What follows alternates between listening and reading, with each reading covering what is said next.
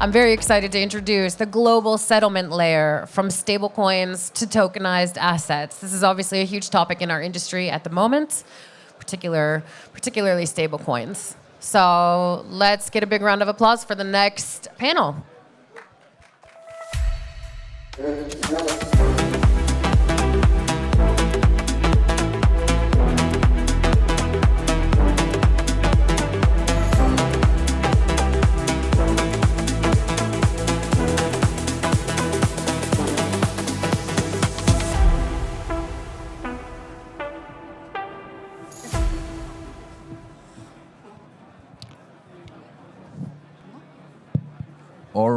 All right. Welcome everybody to this conversation around stablecoins and tokenization. So today we're going to talk with some of the leaders that are building the settlement layer for both stablecoins and tokenization. We're going to start off with talking about where we are currently standing in the market, what's happening, and what the landscape looks like. Afterwards, we are going to talk about some of the solutions that these people are building and that we're building. And then we are going to dive into some specific challenges that what the panel here individually are building and that they're developing. And then a little bit predictions towards the end of it, what's going to happen over the next year, the next 12 months in the general digital asset space. So before we start off the panel, we're going to do a round of introductions to the panelists here. So please go ahead, tell us a little bit about yourself. Thank you very much. Firstly, thank you for having me here today. Sabih Bezhad, I head digital assets and currencies at Deutsche Bank. My role day to day is to try and set our strategy for the group and work with the different divisions across the bank to try and bring products and services to clients. So that's the overall piece. I've been at the bank about 16 and a half years now. Great to be here. Marat Faritov, part of Moody's ratings team. So essentially we rate digital assets, be it digital bonds, tokenized funds, now stablecoins. Happy to be here as well. Hi, thanks a lot for having me today as well. My name is Catherine. I run the VIP and institutional business globally at Binance. Hey. Hello. Stijn Vander Straeten. I'm the CEO of Crypto Finance. We are part of Deutsche Börse Group. We at Crypto Finance provide crypto services to institutions. And at Deutsche Börse, of course, we do much more on the tokenization perspective, but also collateralization, etc., etc. Mike Higgins, I'm the international CEO of what's now Ripple Prime. I was previously Hidden Road, which is a multi-asset prime broker and clearing firm. We extended our platform to cover digital assets and clear a material percentage of the global market. And so thanks again for having us. Awesome. So when you go to the news, when you see like the newscasts, they always talk about like this new thing launched, this happened. Or if you go to X or LinkedIn, they're always like hyping up different, like this just got approved, this just happened. So what is actually hype and what is reality when it comes to tokenization and stablecoins? Where are we right now in the adoption of stablecoins instead of the traditional rails and in form of tokenization of bonds? So now we are going to dive into a little bit more specifically where we are with adoption. So if you could take it off and dive into a little bit like set the stage for where we are with tokenization and stablecoins. So I think there's a couple of answers to that. So firstly, what's significant is I think we've started to move away from experiments. That's what we spent a lot of time on. You talked about press releases. It was very common for institutions to do something in the tokenization space and put out a big bang press release and then radio silence and then on to the next press release. I think, whilst that has not completely gone away, I would say by and large, a lot of institutions are actually much more focused on building institutional grade scalable solutions. For example, we've been building out our custody capability. That's not to be done as an experiment. It's not to try and prove we can custody something. We're building it out so that we can build an entire business off the back of it. And it's something that will scale. So I think that's a very good example of something that's real. I think if you look at some of the assets that are now trading, they're not experimental. We've got sovereign debt that's now available. You've got equities that are available. Obviously, the funds have been there for a while as well. So I think the fact that we've got now real volume in some of those assets is also a significant thing, not just the infrastructure. To answer your question on, what's hype. So that's the bit that's real. What's hype? So I think there's a few things that are still slightly misunderstood. So one is that tokenization automatically leads to increased liquidity. That's, I think, not the case, and I think we need to be honest as an industry about that, right? Just making something smaller or available on a blockchain doesn't automatically need to lead to liquidity. So that's one important piece for me. And then the other piece, I think stablecoins obviously have been getting a lot of time in the sun. Everywhere you look, there's a discussion on stablecoins. I think the story on stablecoins is much more nuanced. It's not necessarily that they are the panacea for everything to do with payments, but for sure there are corridors, windows, opportunities where stablecoins can provide capabilities that go beyond what we can provide in traditional banking. So I think that's the other piece. There's a little bit of nuance sometimes that gets lost in the headlines. Yeah, I think the challenge as well is that as soon as the market is getting more and more mature, you're seeing newcomers coming in. You see like different types of companies popping up. They're trying to solve different problems. And what happens then is like, which one is the best? Which one should you be interested in? Which one should you allocate capital to? That's kind of like where the traditional finance has been, and that's where Moody comes in with on the rating side. So maybe you can talk a little bit about how to, Well, I guess we've been tracking digital bond issuances and funds issuances for many years now. I guess for the past 3 years, just to bring some numbers to prove your point, so the numbers have gone to around 5 billion per year, which is a significant number. But if you compare it to the total debt outstanding, it's less than 1%. So again, it's right to say that the volumes are yet not there. What we also notice is that the issuance model, they start to crystallize. So you have some hubs. For example, in Switzerland, you will have something in Hong Kong, where the issuance model becomes a standard. So we start seeing these subsequent issuances by the same issuer. We see some issuance from different issuers, but using the same issuance model. And it's kind of make our life easier because we don't need to assess every transaction separately. Once we have assessed the risks of this setup, we can go ahead with a subsequent transaction.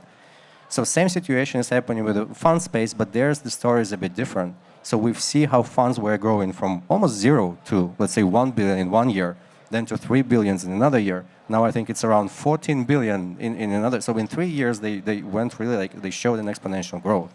That's significant numbers. Again, comparing to the whole industry, it's still relatively low, but the dynamics of the trend is significantly high. And for the stable coins as well, I think I would agree with you. A lot of transactions are happening on the crypto trading side. But we start seeing some settlement in stable coins. We start seeing some cross-border transactions in stable coins. So things are picking up here as well. So as then to dive into a little bit from Catherine's perspective, you're kind of sitting at the intersection between like all the different parts, like the traditional world and the digital asset world. So what's your perspective on where we are in the adoption curve of tokenization and stablecoins?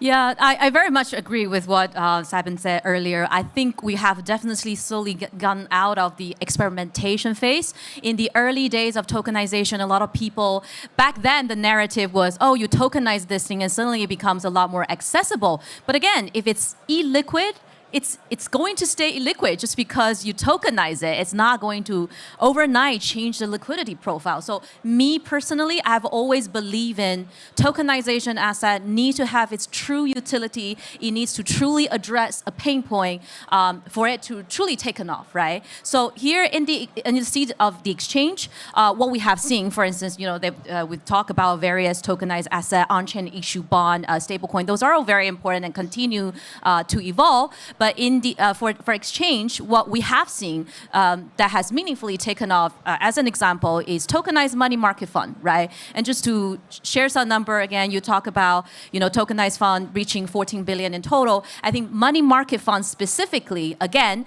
it is addressing a very specific pain point, right? Money market fund is something that all institutional user needs, right? And frankly, it's an extremely important cash management tool. But again, the current form of it follows standardized market hour, whereas a tokenized money market fund is actually 24/7. And depending on the design of the specific fund, some of it actually you're accruing interest real time, right? And so for institutional investors who are obviously very shrewd, very sophisticated, wanting to maximize their capital efficiency, that's extremely important. So that's how you are able to see tokenized money market fund going from 750 million in AUM across the entire market in 2024 to 25, it got to 4 billion to 26. Right now, it's already sitting well above 8 billion, right? So again, that's meaningful pickup. And us as an exchange, obviously, we are definitely seeing a convergence happening. And whatever we're again, as I mentioned earlier, whatever that our institutional user wants, we ought to come up with a solution to, again, obviously maintain client stickiness and really meaningfully grow our market, right? So that's why post 2022, a lot of people are talking about counterparty risk, right? Especially, in the world of crypto, whereby it's not post settlement. People generally need to pre-fund their exchange wallet to trade.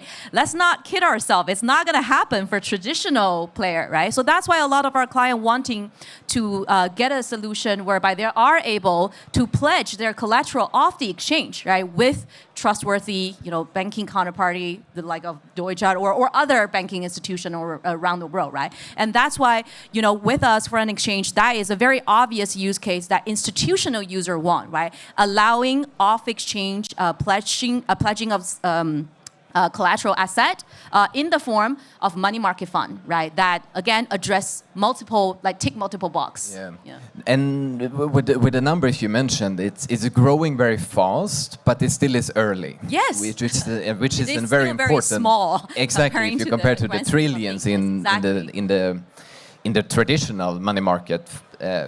So if we would dive into for you, Stijn, how is the institutional adoption? What do you see there when you're speaking with the biggest institutions out there?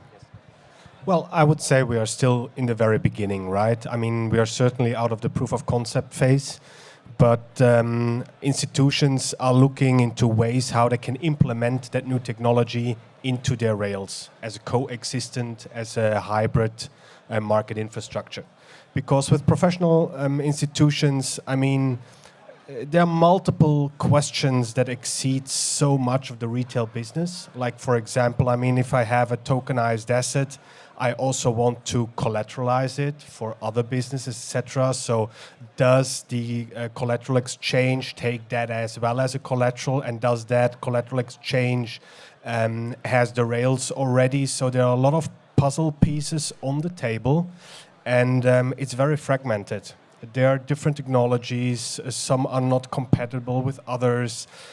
Different institutions use different technologies. Then the technologies cannot communicate with each other. They're trying to put layers on top to circumvent that. So I think right now we are still in that phase where everybody is trying to figure out, also marketplaces, NASDAQ, but also we as Deutsche Börse Group, how we can make it happen. And that's important for market because it can't be fragmented, right? It needs to be holistic and clear for everybody with the same rules so that everybody can play on the market. And I think we are still in the beginning. It's if you look at a couple of years ago, some banks were having their own stable coin, right? Everybody had the JP Morgan coin, the Goldman Sachs coin, and so forth. But nobody wanted to settle on the other coin. Now, if you look into Europe, with now, for example, having Quivalis, where more than 20 banks, or 28 now, are coming together and have that consortia. And on the other side, I think it's called Project Faro with some US banks into it as well. So it's getting clustered. And the next step will be that 3 or 4 will then be the means of payment or transmittance where the financial institutions agree on, right? And the same with settlement, same with collateral. And but that will take time, right? It takes a couple of more years. It's very slow in the institutional space, building up this hybrid market infrastructure because it will not be a switch from today to tomorrow. So it's a gradual improvement of existing rails that we see today. Just to jump in, there's a plethora of good points that were made, but I agree. Like we're past experimentation. We're in implementation, right? And institutions require certain infrastructure to access a market, and we're building those out, whether it's custody or prime brokerage, putting balance sheet into the space. It's very, very early. But one of the needle movers was regulations, right? It hasn't been stated yet. And so with the change of administration in the US, that was a big signal. And so you got the Genius Act, the Clarity Act here in Europe, not perfect, but you have MiCA coming in line. I think those are things that have been underappreciated of like how the advancements and institutions are able to step into that space. In terms of some of the gaps, I think the biggest one is technology side.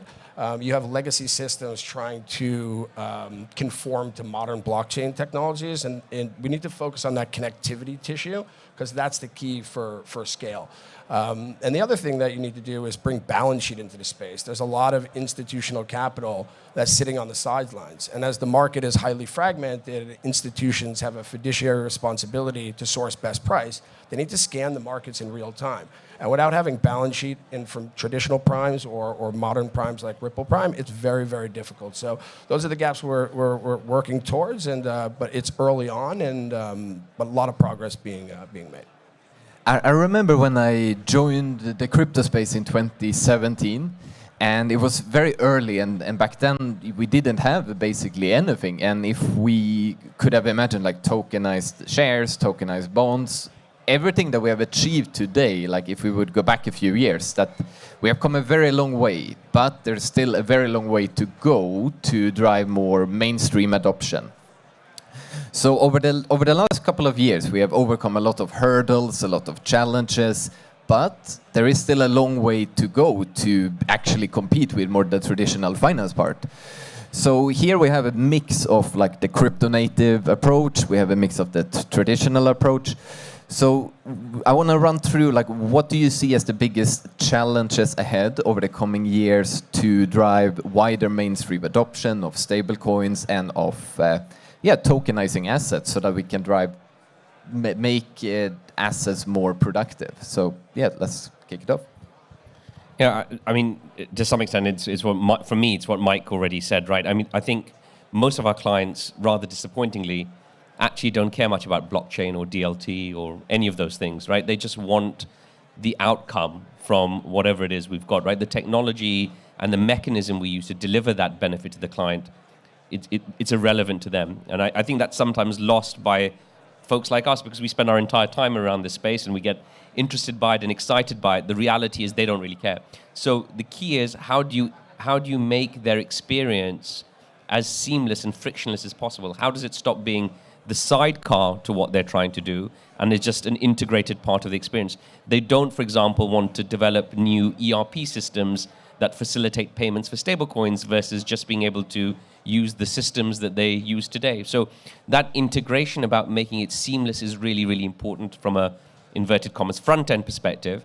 And from a back-end perspective, it was what Mike was saying. It's how do you figure out how you wire this new technology up in a way that it can talk to all of your legacy systems. When we as a bank facilitate a payment, the fact that we're using a stable coin or a blockchain or whatever it is doesn't somehow remove any of the liability or legal or regulatory requirements we have to be able to scan that payment, ensure it's safely delivered, make sure we're adhering to anti-financial crime directives, etc. So that integration becomes really, really important so you don't end up with a two-track approach where you can use one type of system to mask transactions that you are actually trying to avoid versus the other system where you're happy for those to be completely visible. I think another challenge that I hear from a lot of people is like which project or which ecosystem or which platform can you trust? And in the traditional finance, we have a very, very well established credit system where you put rating, you have analysts that are writing deep reports into everything. How have you seen that as a challenge to adoption so far? Well, that's definitely a challenge, right? When we assess tokenized funds, like digital bonds, we would look into the digital component as well. I have to say that the issuers we work with, they're kind of quite prepared to have these conversations. So they have their own governance models. They can explain us why they've chosen this setup. And we technically assess this and we get comfort to move ahead with the ratings. But to your earlier point, I think they also, when we speak to the issuers, they mention a few points why there is a further barriers to the adoption. So first thing they would call digital cash, or the settlement option for their securities, right? Currently, they're still hesitant to go ahead with stable coins. At the same time, the wholesale CBDC is in development, so there is, even though there has been some publications by ECB that they will move ahead with it, it's still in development, right? So we see that it will be resolved soon, especially with the Genius Act, with MiCA regulation, the stablecoins. So we would expect some transactions settled in stablecoins, but for now it still has been a blocker. The second point that they make is the absence of secondary markets. So essentially you can tokenize a bond, it can be a good bond, but still it's made for OTC transactions or hold until maturity kind of situation, right?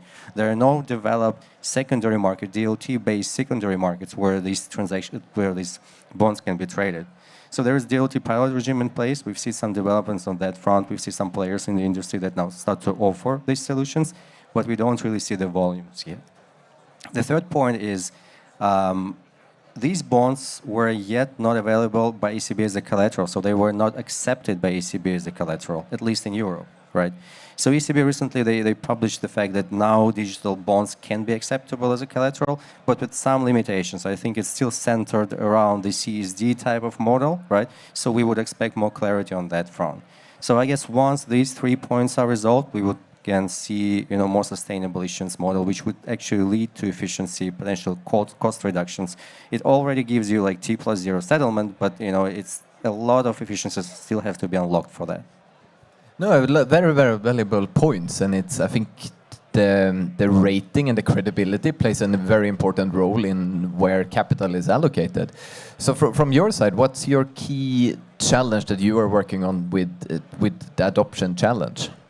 So obviously, as a platform, there is a retail user, which is the broad user, and ultimately to really meaningfully push adoption, retail, it just has to be a lot more simple, a lot more straightforward. I like to think that one day, hopefully, people are no longer talking about, oh, I'm using stablecoin. You're just making payment, right? But that's on the retail side of thing. On institutional side of thing, I cannot agree more, right? It has to be a very consistent experience for especially the institutional user.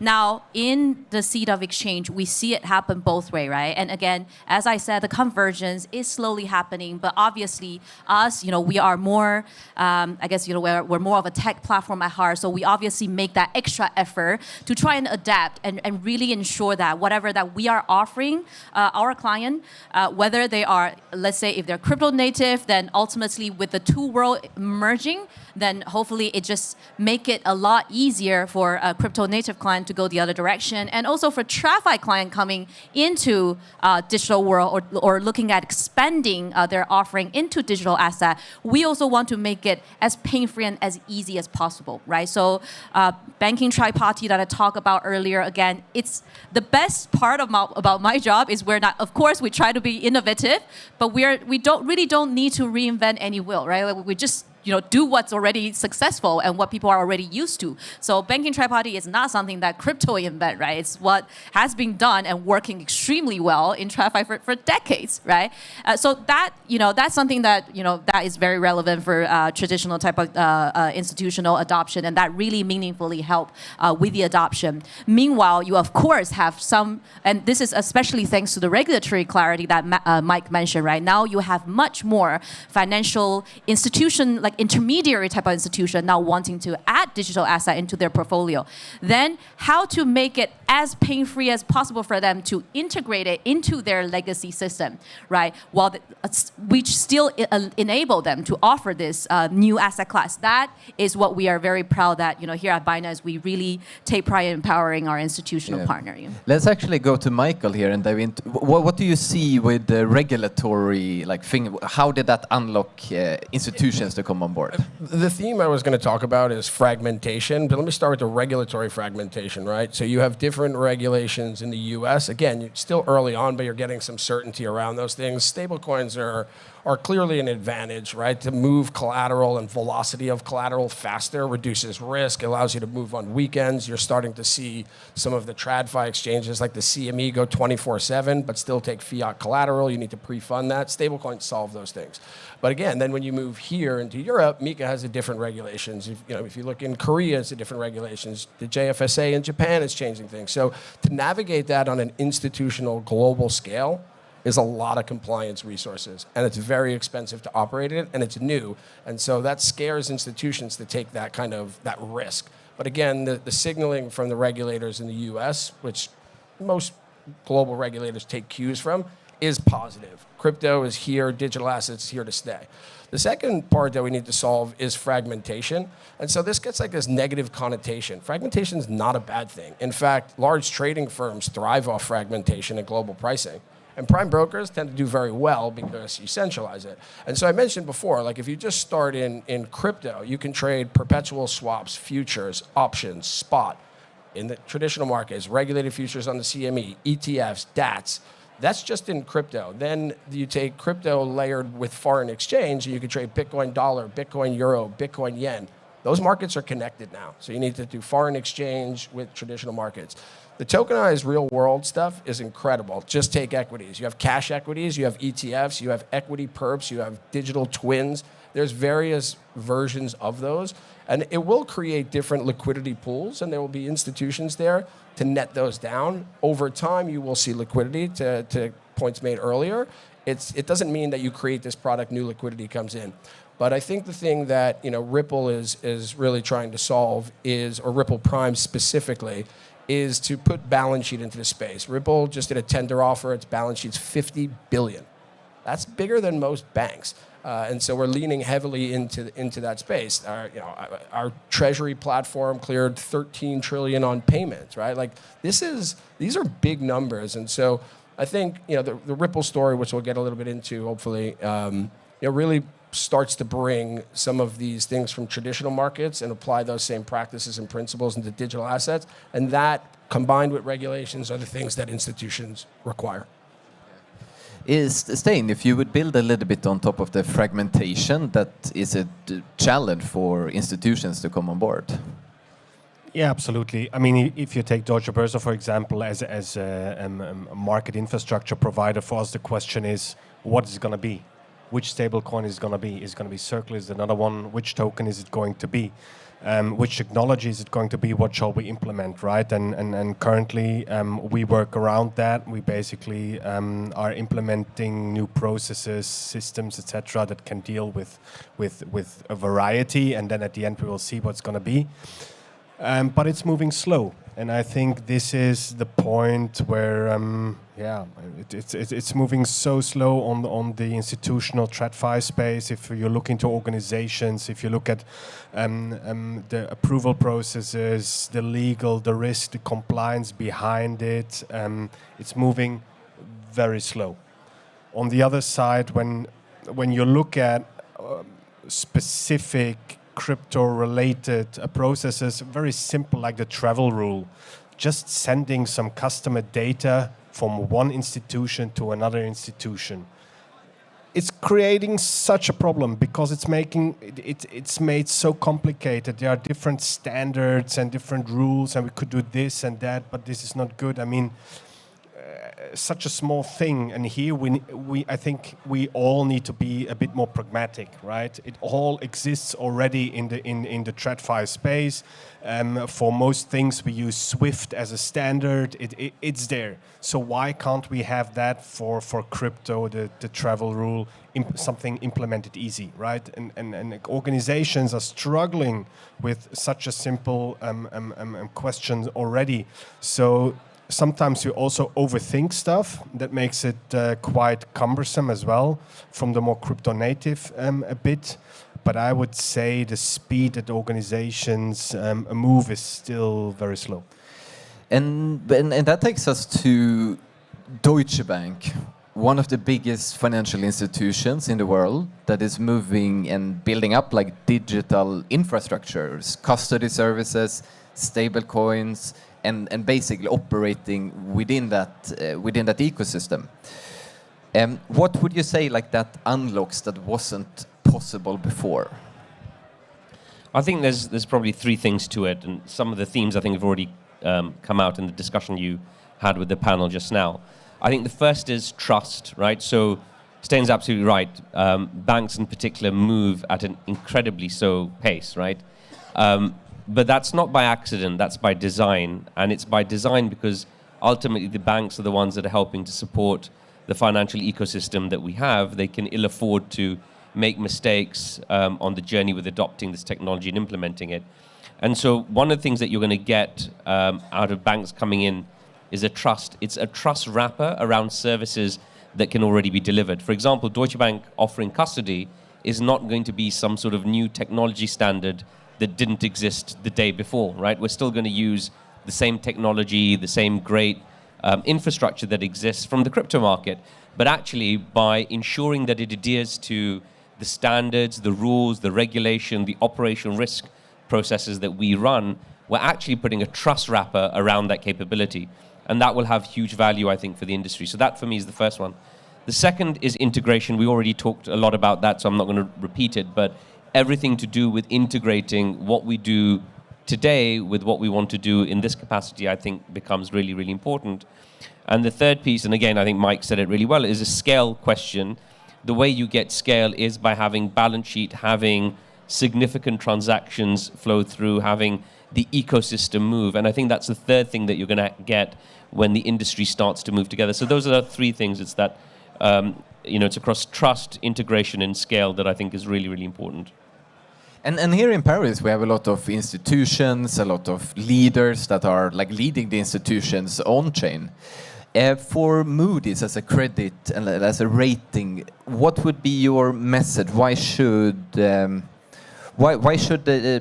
different platforms focus on collaborating with rating institutes to improve their credibility? I guess we build a framework that allows us to rate different digital assets, right? We can rate digital bonds, we can assess the funds, we can now rate stablecoins. We just released stablecoin rating methodology. But we decided to make one step forward. So we decided that we should be able to disseminate ratings on the blockchain. So to make that transparent information available on the blockchain that can be assessed by smart contracts programmed within the smart contracts, right? So it doesn't mean that we want to replace our traditional process. Rather, we will have two processes in parallel, and we will make our ratings more accessible via this so-called token integration agent that we've built. And again, in terms of technology, we, similar to the bonds that we assess, we are agnostic to technology that the issuers would choose. We are happy we will work with any setup that they will provide to us. Same with our dissemination of the ratings. We will be disseminating ratings on the public blockchains and permission blockchains. That's their idea. That's where we see it. And that's where we see the market needs are. Yeah, no, it's. I think it will play over the next 5 years. I think it will be one of the most important innovations that needs to come to drive proper adoption and onboard a lot of the big players. When it comes to Binance, you're sitting at like the intersection of like the banking and the DeFi crypto space. What do you think that like when you're speaking with institutions, why do they trust you? Because because you have like both sides of it. You can understand both sides. How does that give you a unique advantage? I would say trust is a big word. I would like to think that they trust us, but I think obviously it is with obviously tremendous effort has to put in, right? So much more regulatory clarity around the world that has obviously helped and set the stage. For Binance in particular, we essentially got the ADGM approval to become the very first crypto exchange that has a global regulator, and that definitely helped a lot. Again, Binance has always, as the industry leader that has the deepest liquidity, best price pricing, honestly, the leading position is not to be debated. Frankly, everybody recognizes that. And the big compliance team and compliance, the highest industry highest compliance standard and security standard, again, most people know that. However, at the end of the day, you still need to operate in the same framework that our very important institutional partner are more familiar with. And what is that? That is regulatory framework, that is licensing, right? So again, from Binance's point of view, in order to really meaningfully get to the next phase of institutional adoption, it really is, us adapting to the existing framework and really making sure that, there is, in addition to all the solid foundation that we have already built, there is really important external validation from regulator. I think that would truly be key to really further strengthen that trust. No, because it's an important thing where you can prove the things on chain, but it also comes with a lot of challenges like disclosures, and it's a fine balance, and it's an important thing to actually drive adoption. So when it comes to crypto finance, you have you run the infrastructure for many institutional clients and institutions in the world. How do you see the space moving forward when tokenization is growing, and is there some specific areas of tokenization that you see growing, especially over the couple of years ahead? That's going to be difficult to say. I think right now in most boardrooms of European banks, stablecoins are discussed. Tokenization of real-world assets is a bit further away. Of course, tokenization of shares is also a topic, but I think it's still a bit further out. I think there is some sense of urgency or also fear, or paired with fear, that they are missing something and that they are disintermediated. So stablecoins are in most banks now, when it comes to tokenization, or in this case tokenization of means of payment, is certainly a topic. The very large houses, I mean, we supported, for example, 5-6 years ago, an investment bank launching a structured product on Ethereum, right? The whole product lifecycle front to back, but it never got implemented seriously. It was like that proof of concept. But I mean, it was to prove efficiency, and to your point, the client wasn't even aware that his product was running on blockchain. It was just pure efficiency. And I think larger banks are looking into that as well, because this is the efficiency play. Blockchain technology in your back office will solve a lot of cost, if you want to call it that. This is something that has been or will be looked into, but I would say for now it's getting the crypto offering live. That's priority number one, to get the offering to the client. Then priority number two is being able to manage stablecoins in-house. So what does it mean? How do I operate a stablecoin in my organization? From issuing payments, right? It was said, I mean, it needs to match the processes, the technology, the regulation.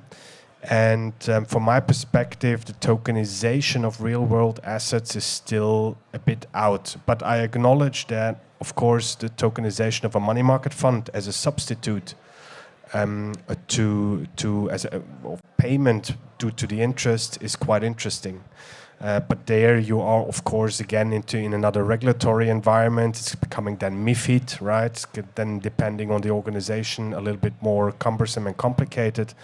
But I would say it's still a bit far out. Yeah, we can see it's growing, and we have come a long way, but there's still a long way to go to properly be able to come up to the numbers we're talking about in the traditional world. Can I just make a comment on that? Because it's interesting, right? So there's an attraction to trading crypto because it's a 60 vol asset, right? And everybody loves that. But as you take tokenized repo, that's a $10 trillion market. So a small unlock in that, so you have repo that's 24 hours a day, you can do intraday repo. That's not really exciting, but that changes the fabric of how Wall Street works. That is happening. Big banks are involved in that. Then there are stable coins that are the cash leg of that. That stuff is very, very exciting. I just want to make another comment, because there was some good points here. On the trust side of things, I think one cue we should look out for if there becomes a CDS market, right? And so all these things, regulations, getting strong compliance, firms listing, Moody's doing ratings on these names, that's going to allow institutions to take more counterparty credit risk because there's a CDS market that you can trade. We're getting closer to that, and that is the unlock. What would you say from your side? When you run the full stack of it, you take care of all parts. What do you think that is better than, let's say, products that only take care of one part of the stack when the capital markets? We have a very specific name for it, and watch the space in 26. It's one Ripple. And so that comes with starting on prime brokerage, which is access, right? It's access to trade all of those instruments, as mentioned before. And again, that's not just a crypto story, that's traditional markets as well. And then access to the balance sheet. After you buy those assets, then you need to store those assets, right? And so we, through a previous acquisition, have a vault, if you think of it that way. We had bought Palisade, that's another wallet. And then velocity of collateral is stablecoins. So when you look at that, that is the full stack called One Ripple. Who do we address with that? Institutions that want to come in. Now, they can take that as the full stack, or they can take that modular. One of the things that's interesting about the full stack is they don't need to conform to the legacy technologies. That's a very, very powerful tool to get them from zero to a proper offering that institutions need to be able to offer access, custody those, and do it in regulatory and strong compliance governance. No, I think we have had a good conversation here around like the traditional side combined with like the digital asset side. We have explored some challenges and some opportunities ahead, and I think that is a very exciting space, and it's nice to see so many leaders here building and continuing to build on it. So thank you so much everybody for the panel today. We had good discussions, and an applaud for the panelists. Welcome to Signal Week.